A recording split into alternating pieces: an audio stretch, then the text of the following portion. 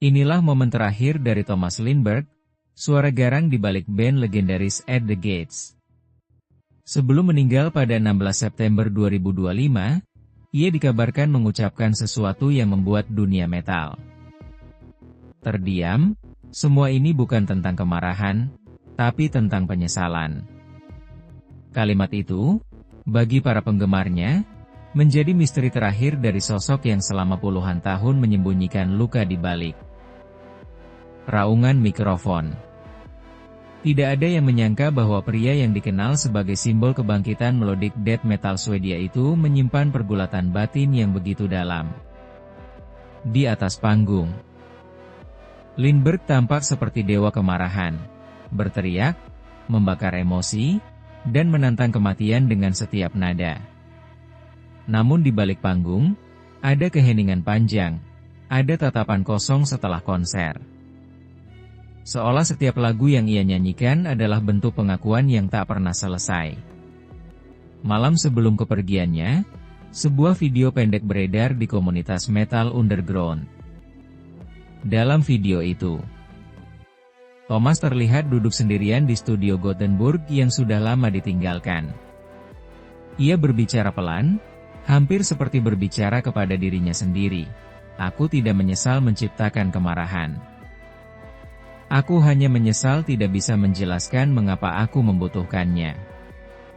Kalimat itu menandai akhir dari perjalanan seorang penyanyi yang tidak hanya menciptakan genre, tetapi juga memperlihatkan sisi paling manusia dari dunia metal yang keras dan dingin. Kematian Lindberg bukan hanya akhir dari seorang musisi, melainkan bab penutup dari generasi yang membangun Gothenburg Sound, suara yang mengubah wajah musik metal selamanya. Namun, di balik semua penghormatan dan air mata, muncul desas-desus. Apakah benar Lindberg meninggal karena penyakit yang tak terdeteksi, atau ada sesuatu yang lebih kelam, lebih pribadi, yang ia sembunyikan selama ini? Satu hal pasti, Thomas Lindberg bukan sekadar vokalis. Ia adalah penyair dalam jeritan, filsuf dalam kebisingan. Dan kini, setelah kepergiannya, dunia akhirnya mulai memahami pesan tersembunyi di balik setiap teriakan yang ia tinggalkan.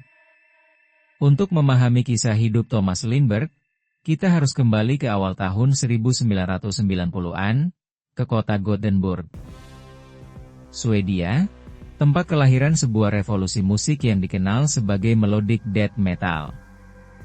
Dari kota industri yang dingin itu, muncul sekelompok anak muda yang memadukan keindahan melodi dengan amarah mentah dari death metal.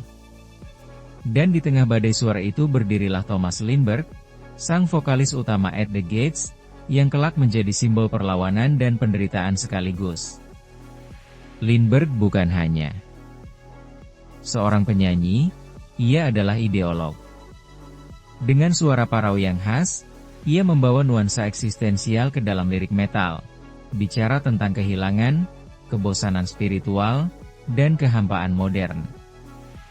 Di era ketika banyak band berbicara tentang darah dan kegelapan semata, Thomas menulis tentang manusia yang terjebak dalam kebisingan dunia, mencari makna di tengah kehancuran. Lagu-lagu seperti Blinded by Fear, atau Slaughter of the Soul, bukan hanya teriakan amarah, tapi juga refleksi atas perasaan bersalah dan keputusasaan yang dalam. Namun di balik kesuksesan artistik itu, tersembunyi tekanan yang perlahan menggerogoti dirinya. Dunia metal memuja ketegasan dan kekuatan, tetapi Thomas hidup dalam paradoks, antara panggung yang membakar dan kesunyian pribadi yang mematikan. Ia dikenal sebagai sosok yang keras kepala dalam visi musikalnya, sering bentrok dengan anggota band, produser, bahkan dirinya sendiri. Di balik setiap album yang sukses, ada cerita tentang kelelahan, konflik, dan kehilangan arah. Setelah At The Gates bubar pertama kali pada tahun 1996, Lindberg sempat menjauh dari sorotan. Ia menjadi guru sejarah di sekolah menengah. mencoba hidup normal, namun bayangan masa lalunya selalu mengikuti. Aku bisa mengajar tentang masa lalu, katanya dalam sebuah wawancara tahun 2002, tapi aku tidak bisa lari dari masa laluku sendiri. Kalimat itu menggambarkan seseorang yang tidak pernah benar-benar meninggalkan panggung, hanya bersembunyi dari sorotan sementara. Ketika At The Gates kembali bersatu di tahun 2008, Thomas sudah bukan orang yang sama. Rambutnya mulai memutih, suaranya terdengar lebih dalam, lebih berat, seolah setiap kata lahir dari luka lama yang belum sembuh.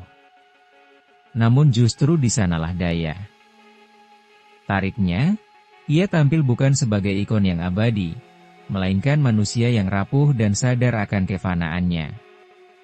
Tema besar dari kehidupannya adalah pertarungan antara idealisme dan kehancuran diri. Lindbergh hidup di antara dua dunia, intelektual yang mencintai sejarah dan puisi, serta penggila musik ekstrim yang menolak kompromi.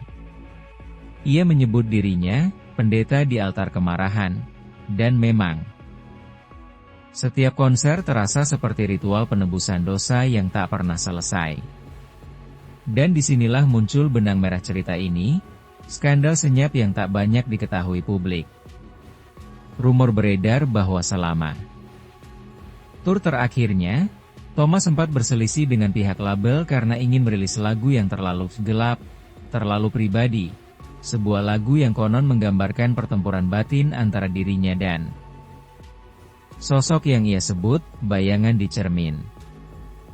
Lagu itu tak pernah dirilis. Sampai hari ini, hanya sedikit orang yang tahu bagaimana nadanya, dan mungkin, itu adalah rahasia terakhir yang ia bawa ke dalam keabadian. Kisah kebangkitan Thomas Lindbergh tidak dimulai dari kemenangan, melainkan dari kehancuran. Setelah At The Gates bubar di tahun 1996, dunia metal seakan kehilangan arah, dan Thomas sendiri terjerumus ke dalam masa sunyi yang panjang. Ia mencoba berbagai proyek baru, The Crown, Sphere, hingga Lock Up, namun tidak ada yang benar-benar mengembalikan api yang sama. Dalam setiap kolaborasi, selalu ada jarak emosional, seolah sebagian dirinya masih tertinggal di panggung terakhir Slaughter of the Soul Tour.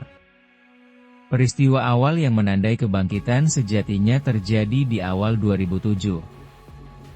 Ketika sebuah festival kecil di Jerman menawarinya reuni At The Gates. Banyak yang mengira ia akan menolak, tetapi justru malam itu Thomas menatap cermin dan berkata pelan, "Aku belum selesai."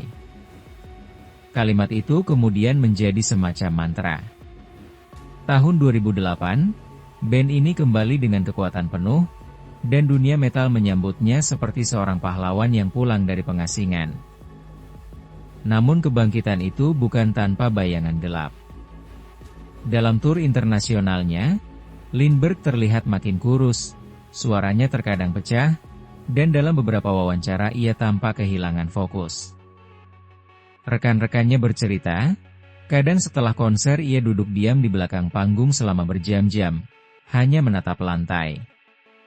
Ia pernah berkata kepada seorang kru, "Kau tahu, setiap kali aku berteriak di panggung, aku mendengar suara lain di kepalaku, suara yang bilang aku sedang berbohong." Kata-kata itu menyiratkan bahwa kebangkitan ini bukanlah penyembuhan, melainkan pelarian.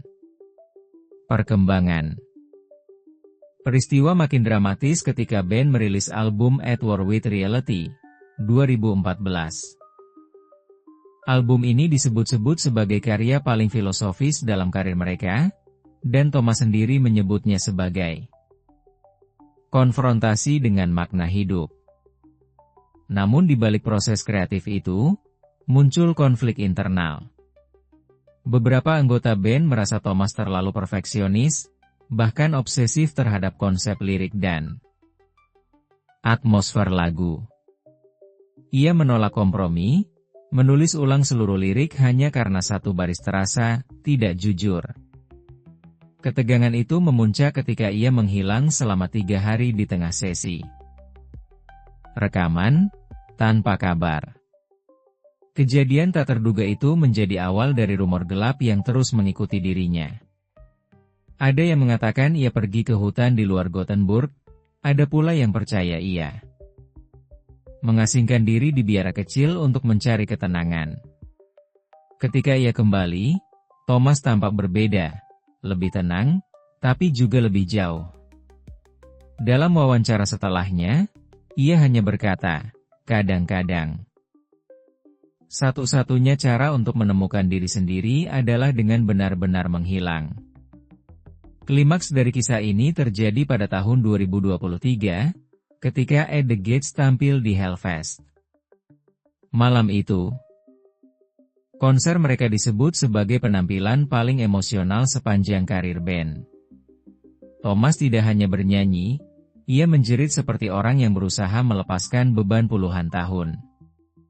Di akhir lagu, The Mirror Black, ia menatap langit, lalu berbisik ke mikrofon, "Ini mungkin terakhir kalinya aku menyanyikan ini." Banyak yang mengira itu hanya ucapan simbolis, tapi setelah konser, ia menolak wawancara dan menutup diri selama berbulan-bulan. Konsekuensinya terasa perlahan. Ia mulai menulis puisi pribadi yang tidak pernah dipublikasikan, berbicara tentang waktu, kesepian, dan penyesalan. Dalam catatan terakhirnya, yang ditemukan di studio setelah kematiannya, tertulis, "Aku membangun kerajaan dari teriakan, tapi tak satu pun bisa menenangkan sunyi dalam diriku."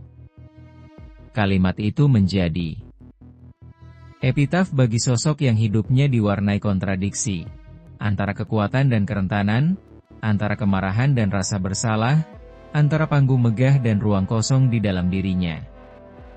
Kebangkitan Thomas Lindbergh bukanlah kisah kemenangan seperti dongeng musik biasa. Ia bangkit bukan untuk menjadi lebih besar, tapi untuk menghadapi dirinya sendiri. Dan disitulah letak keindahannya, karena di tengah dentuman gitar dan sorak penonton, ia tetap manusia yang mencari arti hidupnya, sampai napas terakhir. Tidak lama setelah kematian Thomas Lindbergh pada 16 September 2025, media metal di seluruh dunia dikejutkan oleh sebuah pengakuan dari orang dalam, seorang teknisi studio yang bekerja bersamanya pada tahun terakhir hidupnya. Ia mengatakan bahwa ada satu proyek rahasia yang dikerjakan Thomas. Sebuah rekaman yang tidak pernah dirilis, berjudul The Silence We Deserve. Proyek itu, menurutnya, adalah semacam surat perpisahan, bukan hanya kepada dunia musik, tetapi kepada dirinya sendiri.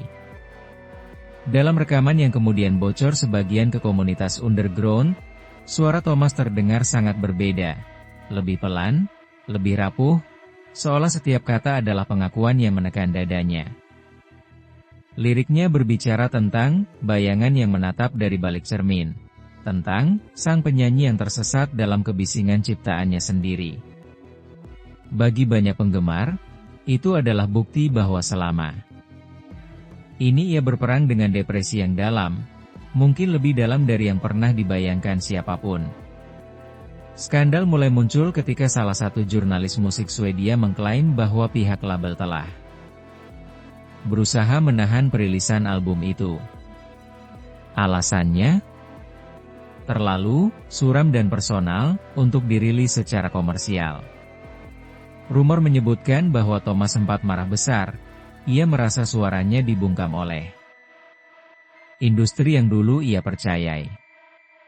Dalam salah satu email terakhirnya yang bocor ke publik, ia menulis, "Mereka ingin aku tetap jadi simbol, bukan manusia.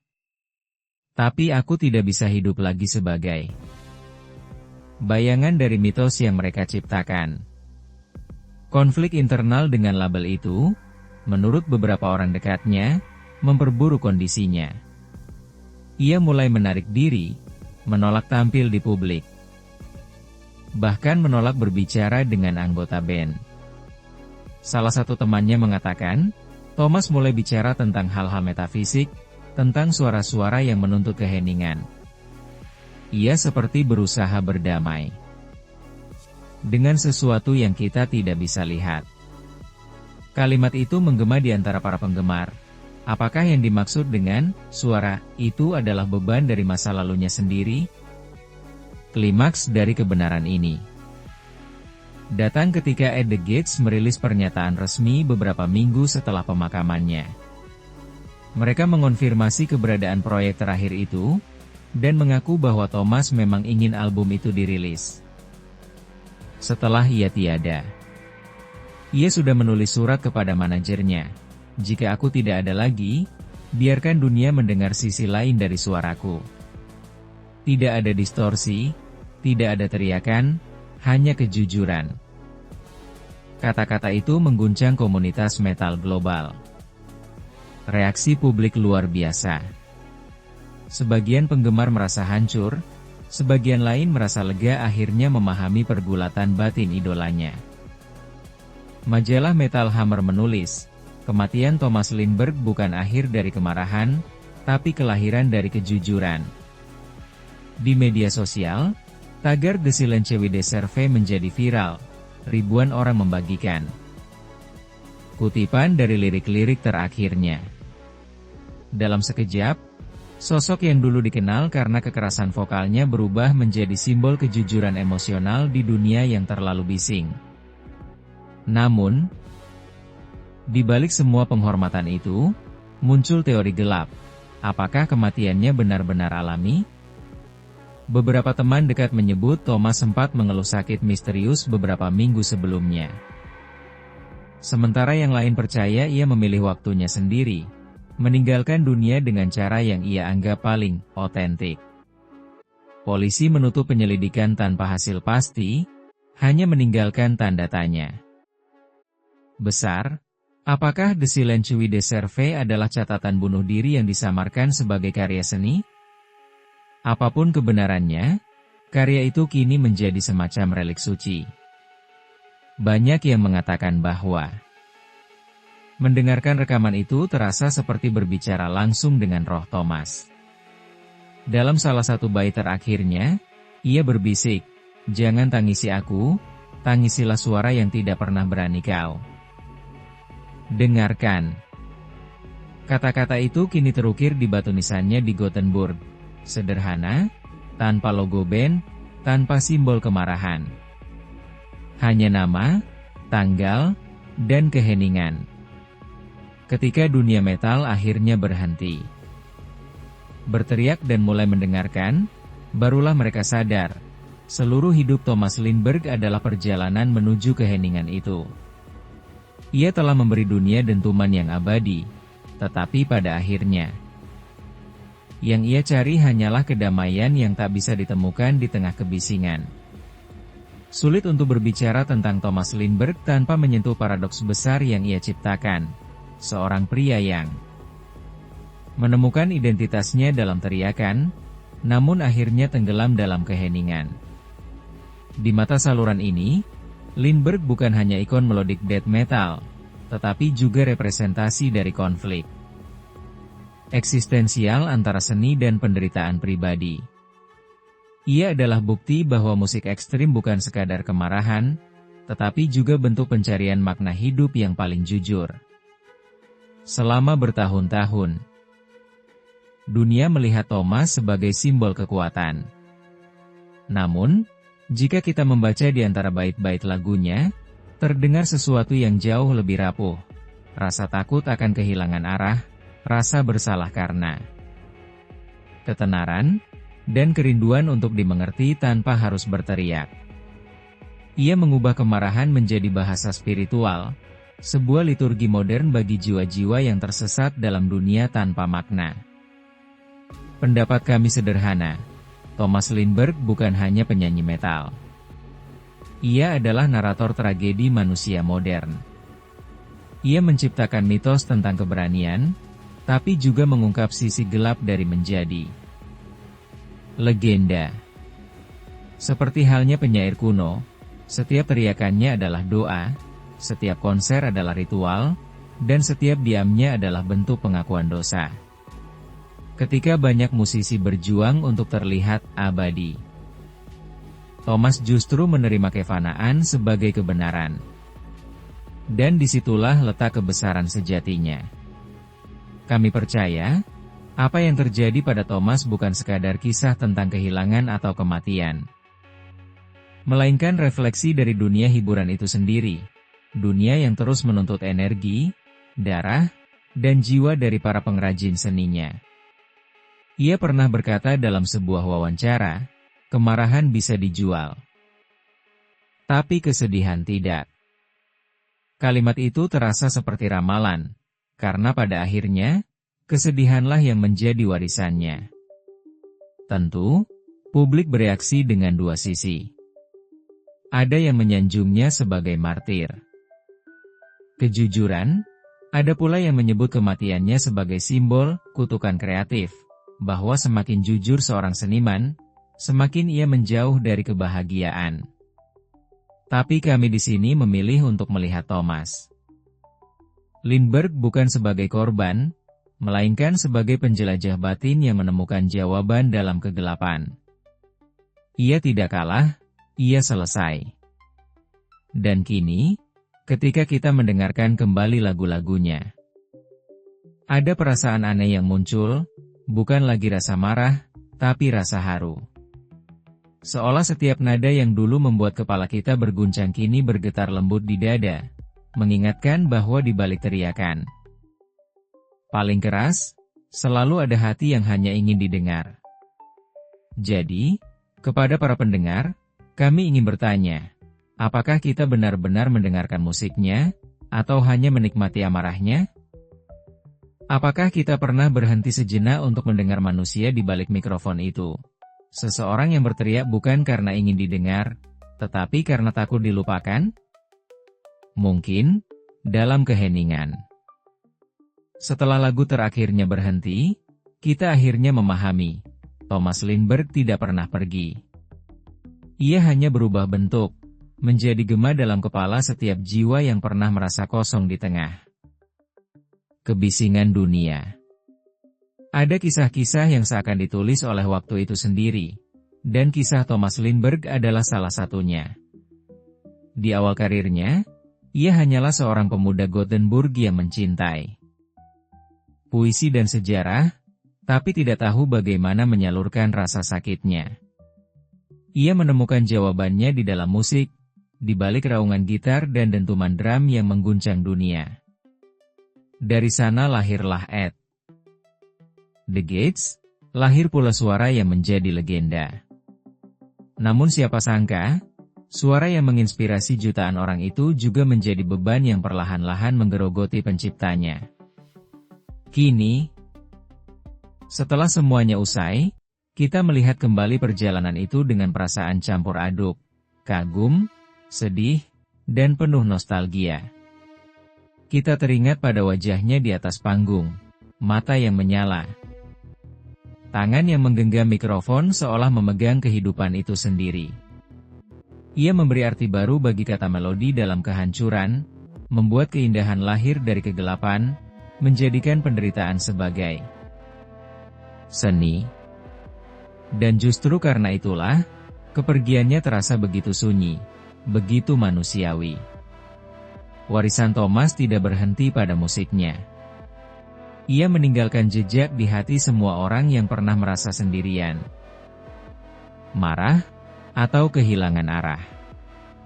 Lagu-lagunya kini terdengar seperti surat cinta kepada generasi yang tumbuh di tengah kekacauan.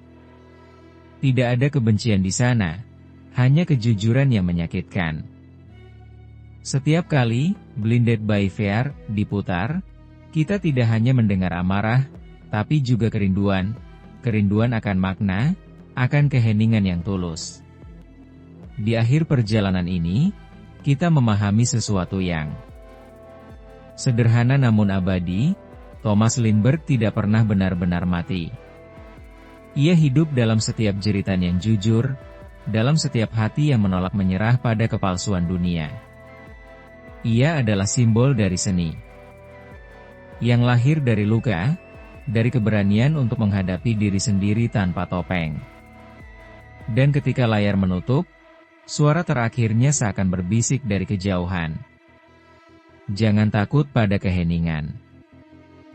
Di sanalah aku masih bernyanyi. Ada kisah-kisah yang tak pernah diceritakan.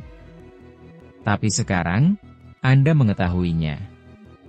Begitulah akhir yang tenang dan abadi dari seorang pria yang mengubah kemarahan menjadi keindahan, dan meninggalkan dunia dengan satu warisan yang tak ternilai, kejujuran dalam suara.